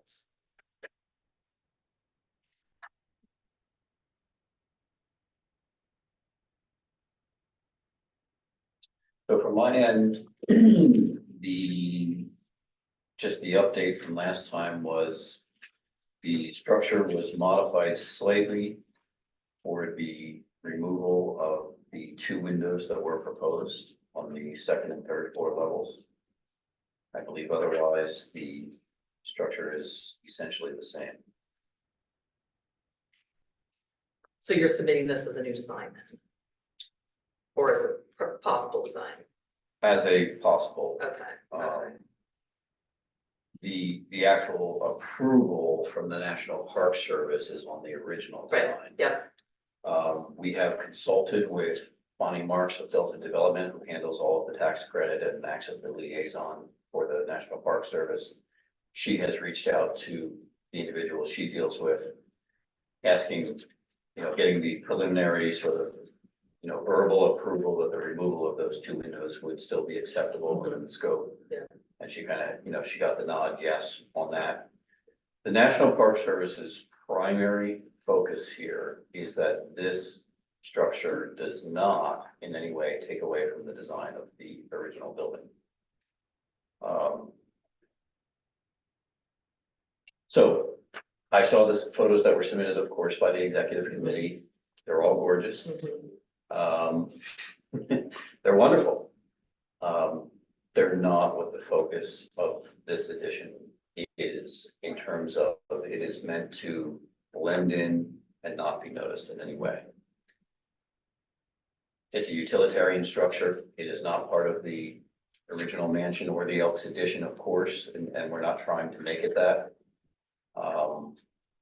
There's elements of it whereby perhaps it's giving a nod to things of the past, the extension of the elevator shaft correlating, giving a nod to the wall that was up on the parapet itself, a little bit further north on that west wall that acted as a backdrop for a stage. The original building just being red brick on that western side, mimicking that without necessarily matching it. The offset from the southeast corner is in keeping with trying to expose more of the original elements, the coins that are there, the way the cornice wraps around, the trellis on the top wrapping around that corner, which of course had been removed a long time ago. The bell tower has now been removed since our last meeting. which was approved today. Yes, Yeah, correct. Yeah. Yep. Yeah. But Yeah, let's if I progress may, anything. yeah, I think my issue is, the fact that this design was submitted was in complete opposition to the discussion that we had. And the directional suggestions that we had discussed and I thought had some alignment on at our last meeting. So to get a design where we were suggesting it needs some levity, it needs some light, it needs something to take away this mass and this heaviness of the building. And you went and you submitted something that removed all of the windows. And to me, that doesn't really feel like a partnership with this board. We had asked for something, again, not expecting you to even draw something up or have this submitted. But it's kind of like, I get the sense you're just trying to wear us down and say, hey, at some point, we'll just acquiesce to what it is you're looking for. And I think the point was made very clearly that we would like some other iteration or an iteration phase to be able to see what other options would be available from a design perspective. I realize like none of what we submitted in this packet is like, hey, you have to do this, you have to do this, but I think it suggests a direction in terms of, hey, let's look at this a little bit differently. I think the overall shape and size, I don't know if we can really fundamentally change that. I realize like it has to house staircase, it has to house some, the elevator shaft, but what we can do to create a little more harmonious blend with the building, I realize it's this like conflicting language where it has to be differentiated, but still complementary. I don't think the word's really complementary, but it can mean like a broad interpretation of things. And, there were some originals or there were some designs that were submitted back in 2007 that I think are in keeping with some of the suggestions that we made, but, this to me just represents, I'll be honest with you, just like slap in the face, like, hey, board, I don't really care what you think, I don't care what you said, we're gonna submit something that actually is worse than what we were actually talking about. And I take exception with that, I believe that there's a lot more work that we have to do to get to something that's, more palatable for the board to accept. And, that's my position on at least what you had submitted, so I'd like to at least focus in on what our next steps are to try to get something else that we can see that would be more in keeping with what the board's asking, which is directionally some things that we provided here in the packet. And I will tell you that I am not obviously the owner. I am simply the contractor who's been tasked with showing up here this evening. The owner is on a much deserved 2-week vacation. The executive review information came in while he was on vacation. We have National Park Service approval. This is the design that we submitted originally. It's the design that the owner wants.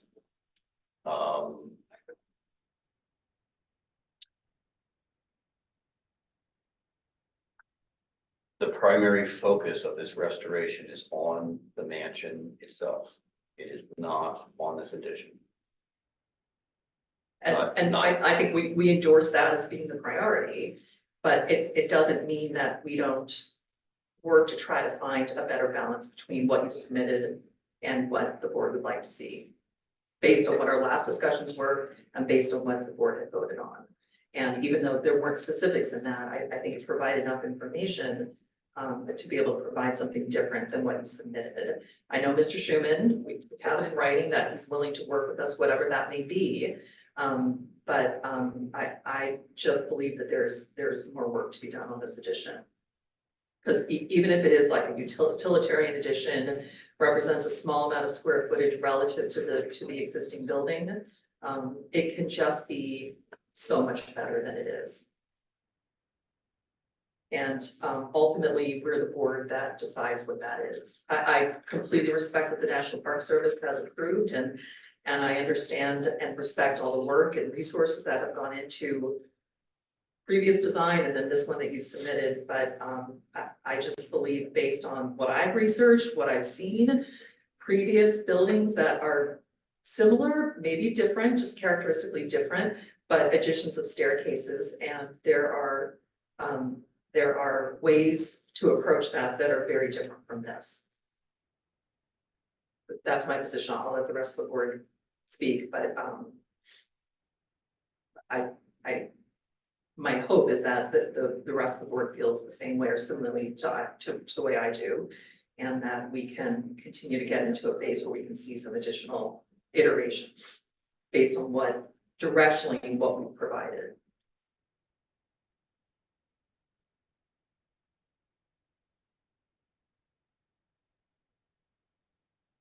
I agree. Well, I have more to say. You know, we had discussed this, Ms. Feller, before that, too, that I feel that your main parking garage is going to be the one behind the property that people would use to, go to the transfer mansion for events or things like that. Right, there is no parking. No, Yeah, she there means is. the Across the alley at the city, rear. the city parking garage Right, would probably be the place that Your people primary, would park. yeah. yep, And then exit the lot or exit the parking garage and proceed to the transfer mansion from that side, from the back side. yep. Right, and that's what they would be saying. Yeah, that's their walking up first to that. option, right? If it was more hidden, if it was hidden, you know, between the buildings or, you know, but it's not, it's right there on a main thoroughfare on Franklin Street where people, you know, they're going to notice it, and I don't want it to be so heavy. You know, if we could get some more light in there to lighten it up, that would be great. I mean, you have a draftsman doing these, right, not an architect. Well, it gets reviewed by an architect after the dress, sure. Right, but the draftsman is the one that's doing it, Well, the right? owner is driving to the sign. Right, I'm just asking, yeah. Based upon, again, what the Park Service says they want. This isn't this is a 6-month procedure to get to this point. From start to finish with With the review of parks. Park Service, yes. So I just want to be very clear But if about you the took it to fact them 6 months ago, you could have brought it here 6 months ago. We could have worked on that together. that is not my wheelhouse, as far as. I'm just, timelines go. you're here now, I am you're here now. representing the project now. And I'm so. just making sure that we are also clear that this is a potential 6-month holdup on progress forward as well. And I just want to make sure that that is expressed. But that's not our. It's not our fault that, I mean, I think, we're sensitive to the fact that, we do not want to, be an impediment to progress. What you're doing with this building is incredible. It really is. It's a real treasure for the city. And I think that's why, I know that that's why we're taking the design and, the direction of this addition very seriously. we have a responsibility. Yeah, we do. And what's gonna be in that building is gonna live with that building probably even beyond our lifetime. So it's just very critical for us to make sure that we have explored as much as we can. What I'd like to know from the Park Service is if modifications were made and we retain the existing footprint, the existing size of it, the existing outline and shape of it, and we injected some glass or some windows, again, that are compatible but differentiated from the building, but still a nod. All the things that I've seen are, you can go kind of crazy with like something you can take that differentiated and kind of go a little bit wild with that. I don't believe that that is the right direction here. I think what you have in general is a starting point. But I do believe with the suggestion we had and with fairly available research and images from the National Park Service, there's a huge preservation brief out there that has documented many additions, many that are appropriate, and then also case studies as to why these particular additions, don't work. There are things called like connectors or a hyphen, which is like sometimes an intermediary structure that kind of bridges the historic structure, from the staircase. I'm sensitive to the fact this lot, you don't have a lot of space behind that. So as much as I'd love to suggest a connector or a hyphen or something, that theme is very present in the preservation briefs. Like it's definitely something that is highly recommended where that can be worked into the design. But I can forgo that if we can concentrate on punctuating the facade with some light, with some windows, again, we can be influenced, we can have some compatible elements with the existing building, but still materials and shape are differentiated enough, I think, from the historic building. It should always be secondary to the historic building. It should always, I think you've got it on the right elevation, you have it stepped back, it's not really covering up any historic materials. If you put it on any other elevation, it would do so. I think it's in the right location, kind of needs to be because it's staircase. And I don't think that we're that far. We're not at A, we're asking you to be at Z. I think it's somewhere in the middle within the existing footprint to create some glass elements, some light, just something differentiated. So that's my next point, which is also materials. I realize that there's precedence for there being brick back there. I am concerned about the brick because it is going to be a new brick against the old brick, and I don't know if that's differentiated enough. And whether I would ask to at least like explore some additional materials as well. Again, maybe the board will decide that the brick is appropriate because there is precedence there. I personally just don't believe that new red brick up against like an older, soft, historic brick is really the best choice. Is there a way to take that brick and, make it look old or no, not at all? You can always tell. But that it's not such a sticking out like a sore thumb. That's what Yeah. do it. Would a color differentiation in the brick work? Possibly, that might work. And again, I believe that in the verbiage, when I spoke with Bonnie Mark this week, is that the National Park Service specifically wants red brick. They want Why this do they to, want red brick? they What's the want this rationale? structure to blend. They want it to be absolutely nondescript and not noticed. I just, my point of view is that it's not different enough. Like, if you're gonna make it, I understand there's like the seamless nature of it. And yes, there's precedents in the preservation brief that I looked at and studied. There are plenty of examples of matching the same material or coming close to that material. I just get a little concerned when it's like clearly old brick up against in the same color family as it would be with new brick. So you only have a very small portion of brick here that is exposed on that right-hand side. And in terms of speaking about your differentiation between the buildings, the porches on that right-hand side are almost acting like your hyphen between the setback and the fact that that's going to be a lattice work, open upper half porch. You're almost getting that. So this is. Correct. You're almost getting that disconnectedness Yeah, there that you were asking right, for. right. And I forget your exact term Yeah. in the way of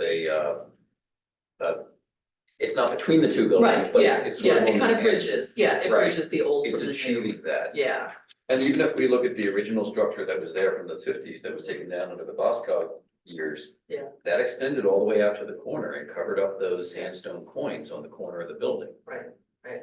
Those will now be fully exposed. Which I think is great, but I don't have any exception with that. I'm looking at the brick structure that houses the staircase and the elevator tower, and I'm concerned about what that looks like. And I think I've made my point pretty clear that that is like what we said at the last meeting, what the board voted on, and the expectation that we would have a fairly, I hoped, open discussion about what this design could be. And I'm sensitive to the fact that it's a arduous process to get the National Park Service approval. I know you've got to go through the state historic, the SHPO, and you have to go through, they're all connected. I get all of that. I get the process. I just know that as a board, and I said this at the last meeting, that I believe that we have a responsibility to challenge our applicants, particularly in a building that has this much significance. And I don't want to detract from the fact that this board is highly supportive of all the work thus far. That, I mean, obviously we approved almost everything. This is really this is the point that we're stuck on right now. And so I don't want you to think that because we're just focused on this, that we're not endorsing the rest of the work. I think it's fantastic what you do. I just believe that we as a board have both a responsibility and an expectation that we will challenge and try to get to the very best form of what this should look like. And I just don't think we're there yet. And I was hoping that at least if you did submit something, it would be more sensitive to what the board had requested. And it doesn't appear to be. I feel like it's kind of a bit of a step back. So that's my position on things. I would hope that you could get some additional guidance from the National Park Service. I don't pretend to know anybody there or know what the process is, but get some additional guidance from the National Park Service to see within this footprint, this structure, what is possible, what's provable. That can be in keeping with some of the suggestions that we offered. If I can speak freely, and I'm going to say this not as in reference to Mr. Schuman, because I want to differentiate something here. Although, he has made sentiments to this point too. On one hand, you appreciate everything we're doing on the rest of the structure. On the other hand, it is just as frustrating for us in that there is no credit, no leniency actually being given as a result. All around the city in the historic districts, including right next door to this building, there are violations up and down on these buildings. There are violations that we point out to Amy. If you inquire with her, probably once a month, I'm reporting something to her. She follows up with a letter. And years later, the violation is still in place, has not been addressed by the owner, has no enforcement by the city. And so here we are, literally pumping millions of dollars into a property that is treasured by the city, supposedly by everybody. Meanwhile, it just sat for 20 years of neglect with no input, no effort to keep it boarded up so that the brass doorknobs that have the original Elk logo on them aren't stolen, which has now been the case. that the chandeliers haven't been ripped out and sold for scrap metal. And we're bickering over a plain brick addition. Meanwhile, I could make a list of 100 different structures with violations that date back 3 years that are not being addressed by the city. And so there's a frustrating portion on my part, again, I will speak for myself, not Mr. Schuman, whereby there is a double standard that is being imposed, whereby because this is a significant building and you're the new guy coming here and we know that there's a bunch of money being pumped into this, we're going to hold you up here. But everybody else who comes in here and cries poor or just simply ignores this board seems to get a free pass for years and years and years. And it's extremely frustrating to end up in that position. We come to you with zoning approval ahead of time, passed by city council. We come to you with historically accurate applications on every other portion of the building. And quite frankly, we come to you with National Park Service approval on this structure, which supersedes the local HARB approval. And so what I would ask for tonight is an up or down vote on this as it exists.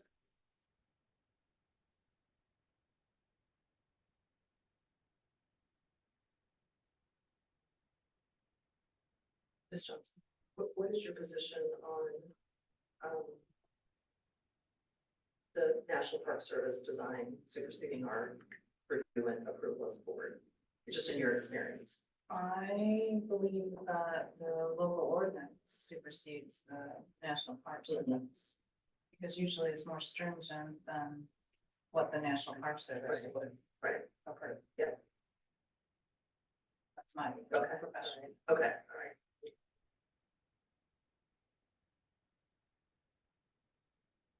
And to your point, I would not disagree with any of your frustration in terms of the double standard that you see. It's a fair representation of what's out there. My only point is tonight we're focused on this building. And I know you can't ignore all the But that's blight- always the blight the answer. around you, but That's it is always the the answer, answer. but it is the answer. The answer is always that we're focused on this project in front of us. But I we're live gonna in a historic overshut district everything else. and have been dealing with this for 30 years. And every person that has come in front of us, we don't ignore it. We hold them accountable. And we vote on what they need to do. But And if they don't do it, then there's a process. except the process fails and it fails That's over and over. that's not and this over. I board's understand that. fault. I understand that, but the reality in the street, just today, I had a conversation with several council members about the fact that the Stauffer building at the corner of South Sixth and Franklin now has a chain link fence around it because the top portion of the building has started falling into the street. That building has been condemned by Building and Trades for more than 10 years.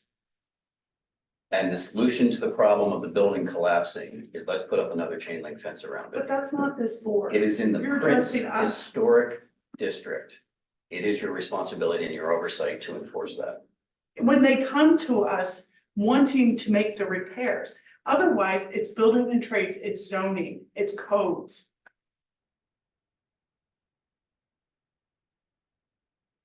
If a property owner goes out and starts destroying their property, then Ms. Johnson can have buildings and trades go put a stop work order up. And there's destroying by simple neglect that is not being addressed. That is not this board. Well, I'm not convinced. If letters go unanswered by this board, if Ms. Johnson's work here does not have an end penalty, there's a building on Penn Street that's still painted blue that we reported years ago. I forget which building it is. 3 years ago, 4 years ago, painted blue. It's still blue. This many years later, it was a color that was never approved by this board. Sits there today, the same color that the owner chose to paint it because they ignored this board. We don't approve paint colors. This board does not approve paint colors. Sure you do. A violation No. letter was sent and that. Yeah, order has and what has been done to repaint that Ms. building in all those Johnson years? approves paint colors at staff level, Correct. Well, not this board. there's example after example, and so I feel like the standard here is extremely high compared to what everyone else is being held to as a standard.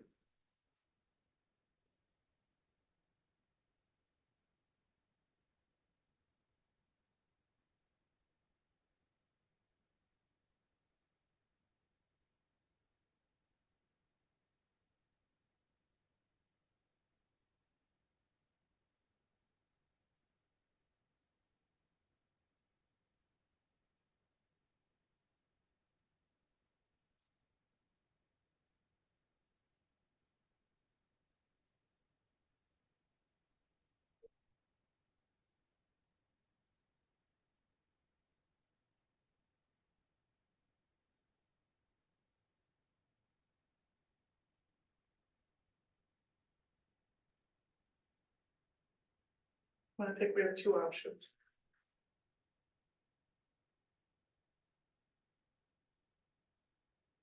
Well, to break the silence, I'll make a motion, that we, further table this design. The tabling from the previous, meeting still stands. And I would, and in partnership with us, with the board, with Amy, with me, whatever it may be. But it isn't like, hey, go out and fix it. Like, I feel like we provided at least some directional things. And if there's anything that we as a board, that Amy can do in her official position to help facilitate some discussion with the National Park Service. I think that we within our authority can offer that. But at this point, the board has to vote on it. But I would like to put forth the motion to continue to table this until we can see some additional adjustments to the design that address the issues that we have been discussing, and somewhat in keeping, again, none of this necessarily literal, just directional, to help lighten the facade and provide some additional lightness, glass, windows, something to create a little levity to the mass and weight of the addition. We would prefer an up-down vote, either approval or denial. That my motion is to table. So I put forth the motion and the board can vote on that. They can fail, get another motion, or it can pass. Because I understand the strategy of a no vote. You can go and appeal, and we're not in a position to do that right now. At least, I don't think we are, but the board has to make a decision. We may also be in the position of shutting down the project. You know, there are consequences to the results, and I want to be very clear about that. That this isn't taken lightly on our end either. And so, you know, what is the risk of shutting down the entire project? So you're threatening. I'm not threatening anything. I'm giving you the reality of the situation. Well, that's up to the board. That's my motion, sir, and the board can vote accordingly. Does someone want to second that? I'll second it.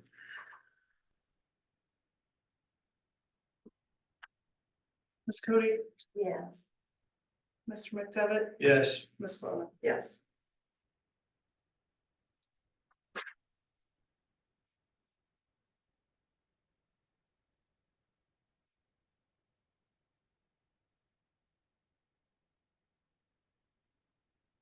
Is it then tabled until the next meeting? Yep.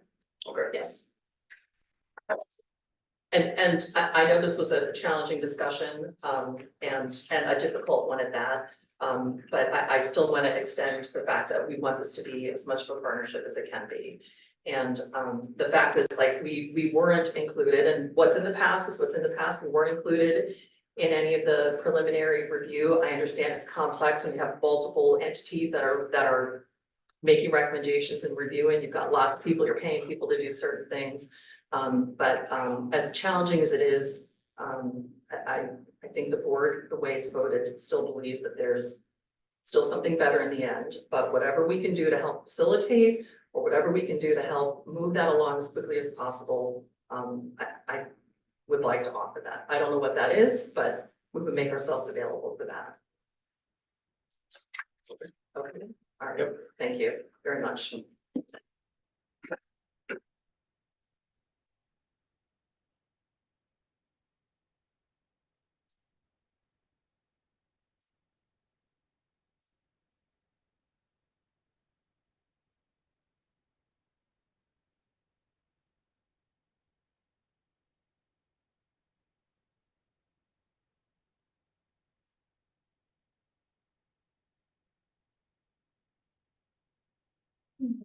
Does someone? Did. The applications approved by staff. I move to approve. You need a second. Yeah, yeah. And then just not a roll call.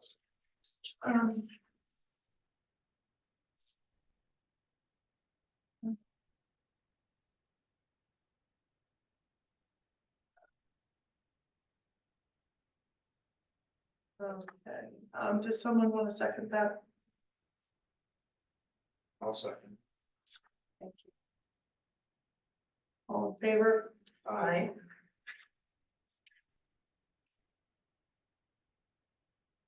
Any opposed?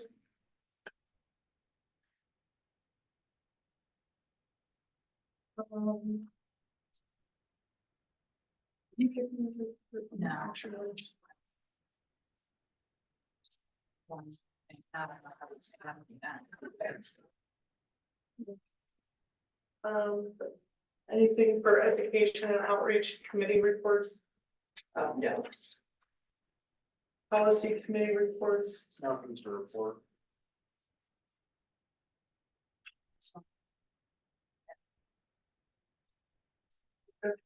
I just thought about this today, but, May is National Preservation Month, and I know it's not on the agenda, but I just wanted to put it in your minds to start thinking about potential candidates for preservation awards, because we typically try to vote on those at the April meeting, so. I'll send an email out, but I just wanted to put it in your heads. all right. And then our next meeting, we should have a nomination for officers for, Oh, Yeah, thank you, yeah, thank you. I yeah, didn't think about that. yeah. Yeah, we typically do that in February, don't we? Or. Yeah, but, well, sometimes March, yeah. So, Thank you, Mary. yeah, so anybody who's willing to. What's the date of the the March meeting? That's a great question. Third Tuesday? I get this one. I feel like it's 16. I won't be here for it. It's Oh, the okay. 19th, yeah, 19th. March 19th. No, I won't be here. Okay, Thank you. we'll move it just so you can be. Just kidding. No, You really, don't wanna miss you don't it. have to. But we would be willing to. I'll Just for you. assume it. There you go. Yeah. All right. Is there a motion to adjourn? Second. All in favor? Aye.